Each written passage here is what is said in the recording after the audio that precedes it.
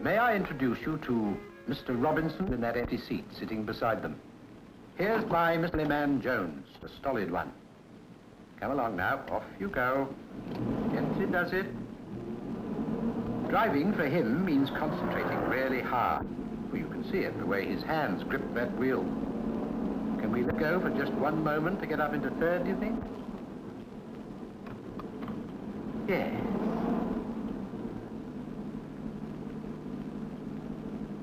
Now into top, perhaps. Hold your breath.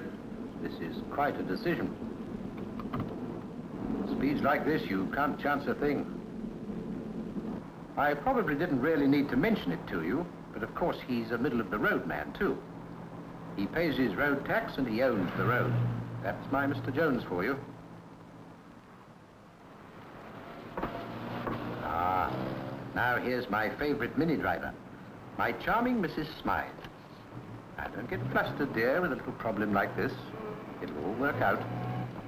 She's still not quite sure of all the knobs and pedals, you see. It often takes women longer to get the hang of a machine. Her really this time isn't jogging about here. It'll be when she thinks she can drive without thinking.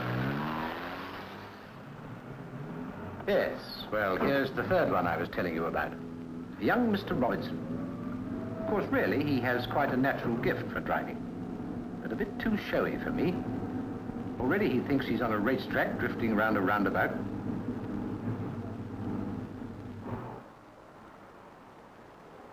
Yes, that's Robinson, all right. Overconfidence will come to each of them far too soon. It happens to all of us. We know all the answers. Nobody can tell us anything. You know, I've often wished I could meet my pupils again, a year later, when the newness of driving has rubbed off, to watch them without being seen, perhaps even to slip back again into that empty seat. The first thing, of course, would be to take a look at their cars. You can tell a lot about a driver just by seeing how he keeps his car. A clean windscreen. Yes, that's sensible. How about these back tires? Underinflated, asking for broken walls and a burst, asking for bad cornering and excessive wear. What must they be like when his whole family's aboard, if this is a sample?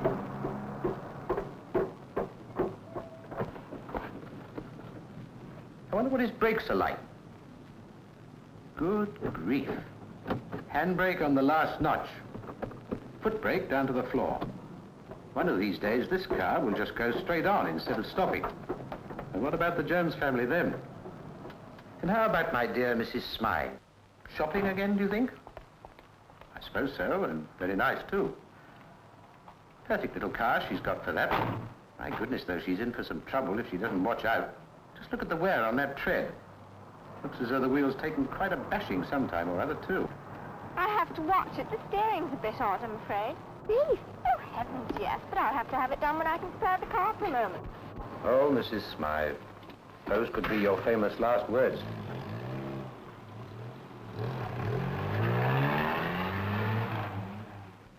The Robinson car. And he's checking his lights. That's good. But I've got a feeling that he's really just checking that that side light still comes on when you bang it. Yes, I thought so. And what's he doing now, I wonder? Oh, I see. Fitting up a dazzling new spotlight. To the back. Isn't it marvelous? That side light of his could go out any time. Oncoming traffic could misjudge the width of his car. A crash. And here he is worrying about rear spotlights. You may think these are little things, but they all spell danger. The pilot of an aeroplane goes through cockpit drill before every flight.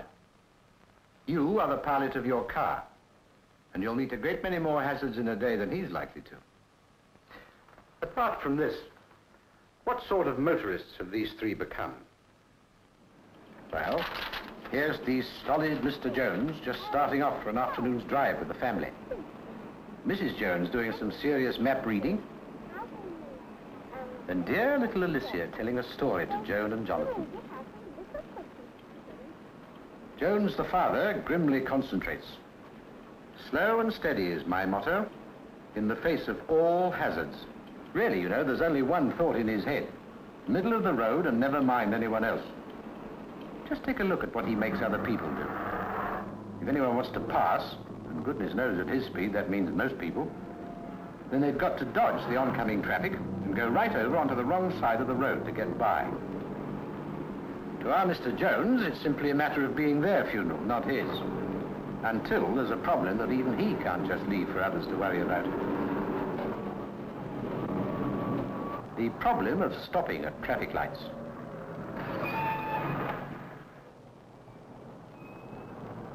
Ah, yes. I know what he'll do now. Still stalling when you start off, Mr. Jones? Ah, good. Mrs. Smythe again. A bit fed up about the lights being red at the moment. And there's that same friend of hers. Wonder who they're going to see who needs so much dolling up for.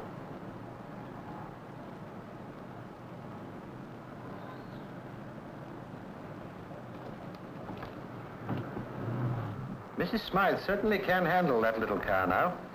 And she's forgotten most of the roadcraft I ever taught her. Coming up to this T-junction, you wouldn't know which way she's going, would you? Take two guesses and one's sure to be right. Look at the little dears, chatting away. Never a traffic thought in the world. But just one small point, Mrs. Smythe. Your mirror is still in the friend's nose powdering position, you know. Yes, naughty girl. Here comes my least favorite driver, Robinson.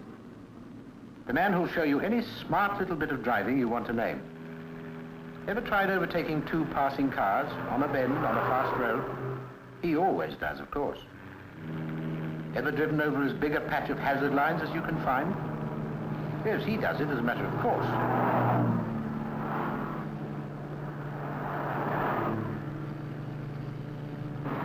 Have you practiced cutting in front of other people lately?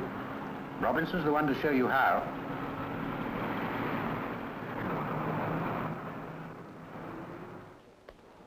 One way and another, my ex-pupils seem to have forgotten most of what I taught them. Of course, the mechanical side of driving doesn't fuss them any longer. But that's not driving. That's just getting around and hoping for the best. I wish I could bring them here to see how cars should be driven. Take a look at these people. They're no different from the ones I teach. But when they've finished with them here, they're going to be some of the best and safest drivers in the world. And where's here? A police driving school, where driving has been reduced to an art. Or to an exact science, if you prefer it. Like firemen and ambulance men, they go out on urgent calls, driving at the limits of safety on the same roads that we use. And all we do is provide the accidents. So many more blameworthy accidents than the police. So what is the answer? We're all darn sure we're good drivers. Then why the accidents? One reason is lack of car maintenance. Good enough is not good enough for the police. No car is allowed on the road unless it is 100% efficient. Tire treads are examined and pressures checked. That's one risk reduced to a minimum.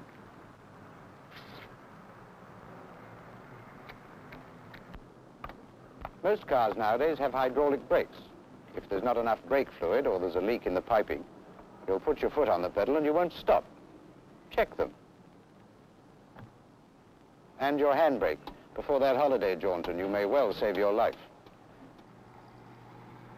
Lights, particularly the rear lights, brake lights, and traffic indicators. The police automatically check before every journey.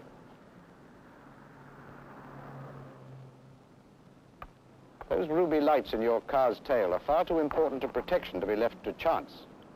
A walk around your car at a filling station doesn't even waste time. Another risk taken care of.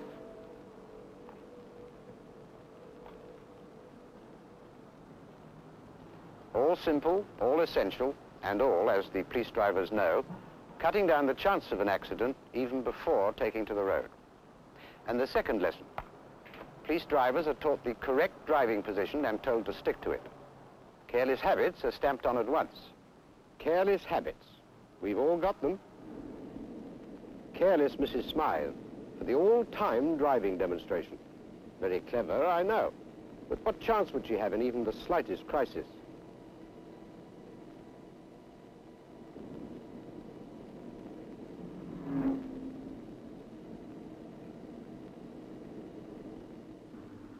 Careless Robinson. He would find himself in this position, wouldn't he?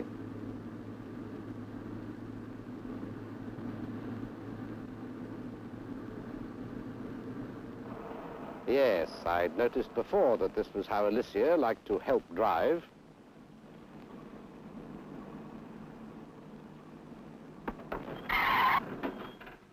Careless Jones. Any one of these faults would send a police driver back to the beat at once. But what about actual driving? Well, here's the police driver's manual. Its title, Roadcraft, is apt. Good driving is a craft, and anyone who wants to practice it should get this book. It's all here. When I was out with a police driver friend of mine, I asked him, what does it mean when they say, concentration is the keystone of all good driving? Well, that sounds fine, but what do you concentrate on? car control, sir. We've worked out a scheme where you can't go wrong once it's been drummed into you. Car control. And that's what you're doing now? That's right, sir. Boils down to three things, really. Your car must always be in the right place on the road, travelling at the right speed, and the right gear engaged. Sounds reasonable. Looks easy the way you do it. Let's see you turn right at the next crossing. Mirror. First I'll see whether it's all clear behind. Next I'll signal that I'm moving out to the right. Now I'm travelling on the right place on the road. Next I'll give a slow down signal. Supplement my turn right signal with the indicator. Now I'm travelling at the right speed. The road ahead is clear, so it looks as if I can get round without stopping, so I slip her into first gear. My intentions are clear to the vehicles coming up behind. And I'm away on my new course.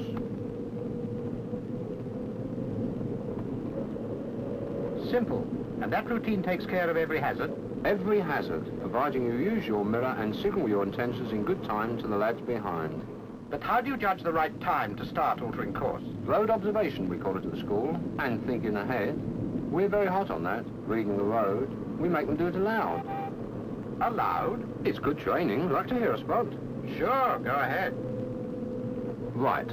Mirror, nothing behind me. Course into the near side of the road as near as I can. Watching this man get into his car.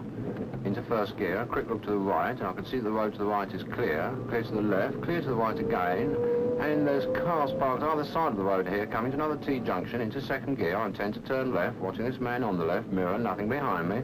Keeping well into the near side because of this dairy vehicle, into first gear. Plenty of pedestrians about here, I see, quite a busy road. Looking to the right now, and it's clear to the right. Clear to the left, clear to the right again. Cars parked either side of the road, broken white line in the centre of the road, into second gear, pedestrian crossing, clear to the right, I can't see to the left, yes, there's a man on the left, mirror, nothing behind me, yes, he's on the crossing, a slow down signal to allow him to know I'm going to stop, no need for the handbrake, into first gear, well ahead of me I see stationary vehicles just moving off, mirror, being followed now by a light van, vehicles are stationary at the moment now and just moving off very slowly, checking the speed, I'm in first gear. No need for a handbrake here. Vehicles ahead of me are moving off. Mirror, there's a vehicle behind me. I've got to move out. Moving out signal now. There's a van behind. On course now to overtake this vehicle. Watching a woman, I think it is, getting into a van. Thank the woman there for waiting for me. Into second gear. Road ahead of me bears round to the left. A road junction on the right. An obelisk in the centre of the road. Keeping away from these stationary vehicles on the near side. Woman is waiting on the near side. Well ahead of me I see a roundabout sign. Pedestrian crossing. Clear left, centre and offside. Mirror. Not being followed. I'm turning left at this roundabout. A vehicle behind me now. I turn left signal to him. Supplemented by the indicator. Keeping as far into the near side as I can. There's a vehicle parked on the near side, coming into a suburban road. A slight warning to the woman on the left. Coming into now quite a quiet road. A road junction on the right. Mirror, not being followed. Into top gear. Getting well away now. Sounds daft perhaps, but it keeps your mind on the job. I must try that. Surprising how much you begin to pick up. Teaches you to see trouble before it hits you. Like that BF who's moving out from the curb. What did I tell you? No signal. Didn't even look in his mirror. Too many of them wear blinkers, if you ask me. What price my three motorists now? Blinkered by her cockeyed mirror. Mrs. Smythe hasn't even noticed. Blinkered by his girlfriend. Blinkered Mr. Jones. It was a good description of them. But I had much more to learn from my police driver friend. You want a hazard? See those cars bunching ahead? You know why? 3 lanes become 2 without warning. It's like trying to get a quart into a pint pot. You've got to look ahead these days. You can't afford to daydream, and that's a fact. See that car edging across our bows? What's he up to, do you think? Turning right? Could be. You want a hazard? You've got one. Almost the worst in the book. And now he signals.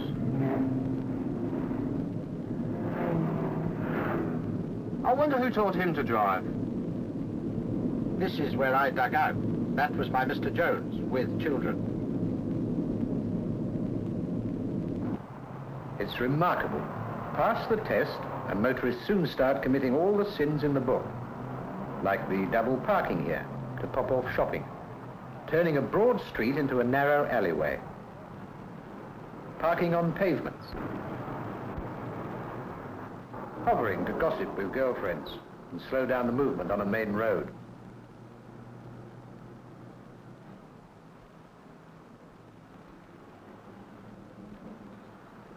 And if an understandable little hold-up occurs, like this, then getting bad-tempered about it and driving off with a roar. And my Mrs. Smythe is one of those guilty ones. If she'd been pushing the pram on the pavement instead of parking on it and making it impassable, then the copper with his bunch of keys would have been her best friend. Most of the friction between the police and motorists is because they stick to the rules and we break them. We motorists are a rum lot, and we bring most of the trouble on our own heads. But there's one thing we must learn, and learn fast: to avoid accidents. It's no use blaming the road or the car or the other driver if we land up in hospital. We have to live with conditions as they are. If they get worse, we have to drive better. How? By learning from the finest road users in the world, the police. And their skill isn't just chance. Listen for a moment to Assistant Commissioner Way. It takes many years to make a first-class police driver. Losing his L plates is only a beginning. He is still very much a learner. Months of practice in car control, reading the road, and experience of driving by day and night and in all weathers are needed to acquire road sense, that ability to see and meet an emergency almost before it happens. Every motorist should aim at becoming a safe driver, and he or she will only succeed by overcoming 2 deadly faults: impatience and inattention. That is why police instruction stresses the importance of concentration and constantly thinking ahead toward the next move. It's not easy, it's a challenge. It has to become second nature. Now, you know, everyone thinks he's a good driver. Well, why not prove it by avoiding all those accidents which are so frequently due to impatience, inattention, and sheer bad road manners?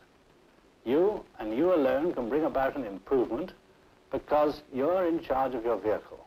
When you're behind the wheel, the future belongs to you. Please see to it that you're really fit to accept that responsibility. If only my Mr. Man-in-Charge Jones could always drive as though he thought a police driver was watching him. Watching him overtake, for instance, safely and considerately. Mirror. Indicator and hand signal. And although, like many drivers, he's not using his gears enough, he's away. He could never be a fast driver, but with someone ahead slower than himself on a supremely clear road, he overtakes and he has lane discipline. Not bad at all. Believe it or not, this would be young Robinson if he were really responsible about being in charge. Still a fast driver, but also a considerate one. Just watch him a moment. In a hurry, but driving safely. About to overtake. Mirror, indicator, and hand signal. And not too close behind, so he can't see what's coming the other way. Holding in by the second lorry for the roundabout ahead.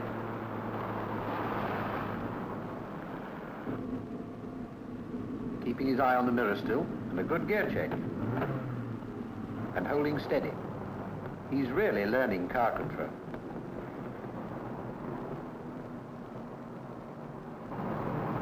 And my dear Mrs. Smythe, in charge amid plenty of town traffic hazards. Slowing down for something.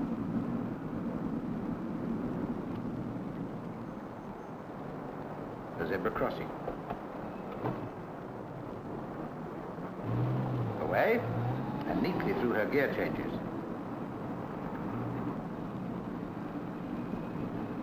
Turning left, and handling the steering wheel properly.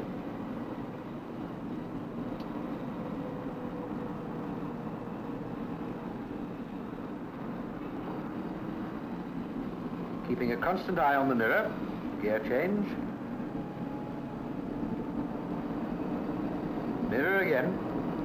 She's really reading the road. Even my police driver friend couldn't do it better.